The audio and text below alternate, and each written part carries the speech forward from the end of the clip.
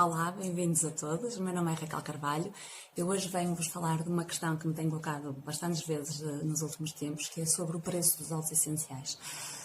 Aqui a questão de haver uma disparidade muito grande do preço dos óleos essenciais tem alguns parâmetros para isso acontecer.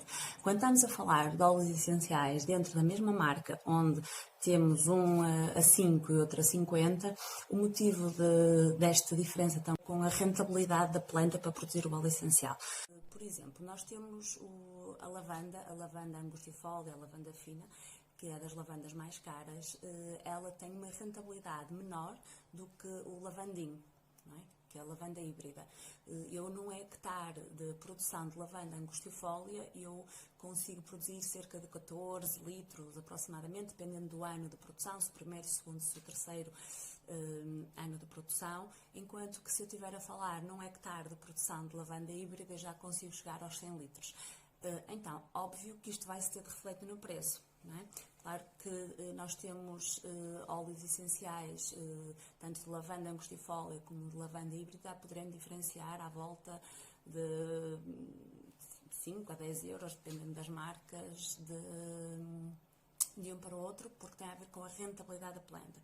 Por exemplo, temos o óleo essencial de rosa, que precisamos cerca de 6 mil quilos de pétalas de rosa para conseguirmos obter 1 litro do óleo essencial de rosa, que é um dos óleos mais caros em qualquer das marcas.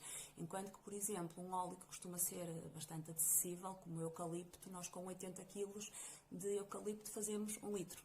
Não é? Do óleo essencial. Então, conseguimos perceber se eu não preciso de 6 mil quilos e não só preciso de 80 quilos para fazer, tanto num como outro, 1 litro, obviamente que isto se vai refletir no preço do óleo essencial. Então, isso é um dos parâmetros para que haja uma diferença tão grande no preço dos óleos essenciais.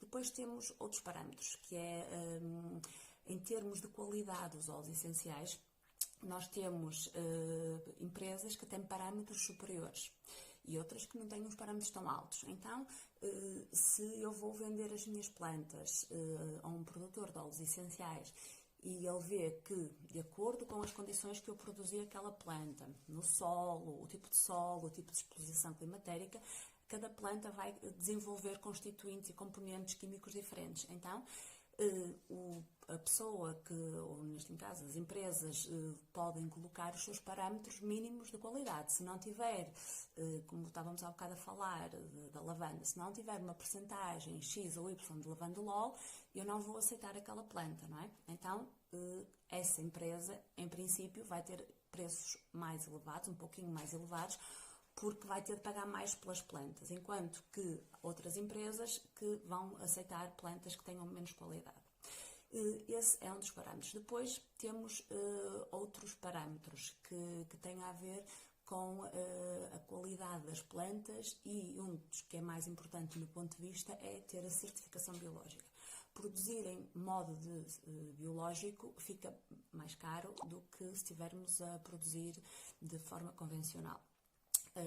Claro que há muitas pessoas que acham que é exatamente a mesma coisa, porque o óleo é 100% puro, não é adicionado nada ao óleo, a forma de extração é exatamente a mesma, mas aqui a minha costela de engenheira agrónoma, que alguns de vocês já têm esse conhecimento, que eu trabalhei 7 anos na produção de ervas aromáticas, onde praticávamos agricultura biológica, mas tenho conhecimento de empresas que não o fariam, e quando não há uma inspeção na própria produção das plantas, o que acontece é que temos pesticidas, hormonas de crescimento, inseticidas e por aí fora. E tudo isso depois vai aparecer no óleo essencial.